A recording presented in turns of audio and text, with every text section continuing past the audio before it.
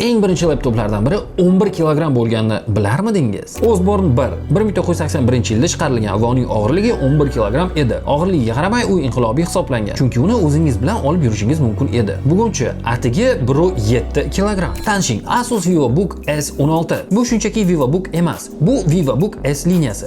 Tan olingan minimalistik dizayndagi ixcham va yupqa noutbuklar. Ushbu seriya asosiy VivoBook Classic'dan bir pog'ona yuqori turadi. Ammo shu bilan birga narx va imkoniyatlarning ajoyib muvozanatini taqdim etadi. Asosiy farqi esa ushbu segmentda kamdan kam uchraydigan yupqa 15.9 mm metal korpus. Ichkarida bizda zamonaviy 13-avlod Intel Core H seriyali protsessor mavjud. H seriyasi noutbuklar uchun eng yuqori unumdorlikni ta'minlaydi. U murakkab ofis vazifalari, o'qish, katta hisobotlarni qayta ishlash va faol multitasking uchun juda mos keladi. Kontentlardan esa katta 16 dyumli 144 Hz yangilash chastotasiga ega IPS ekranda zavqlaning. Yana bir o'ziga xosligi, u 180 darajada ochilishi mumkin. Qulay ishlatish uchun bu yerda yoritgichli to'liq o'lchamli Asus Ergo Sense klaviaturasi va kattalashtirilgan juda aniq touchpad mavjud. Portlar to'plami bo'yicha barchasi joyida. Ikkita USB-A 3.2, to'liq o'lchamli HDMI va quvvatlanish va displey qo'llab-quvvatlanadigan ikkita universal USB Type-C 3.2. Eng muhim jihat avtonomlik. 70 Watt quvvatga ega akkumulyator video ijro etish rejimida 20 soatgacha ishlashni ta'minlaydi va tez zaryadlanadi. USB-C orqali esa atigi 49 daqiqada 0 dan 60 gacha to'ladi. U shuningdek intellektual hisoblanadi. Windows Hello orqali tez kirish uchun pardachili web kamera va aniq onlayn qo'ng'iroqlar uchun Asus AI Noise Cancelling shovqinni bekor qilish tizimi mavjud. Va eng muhimi,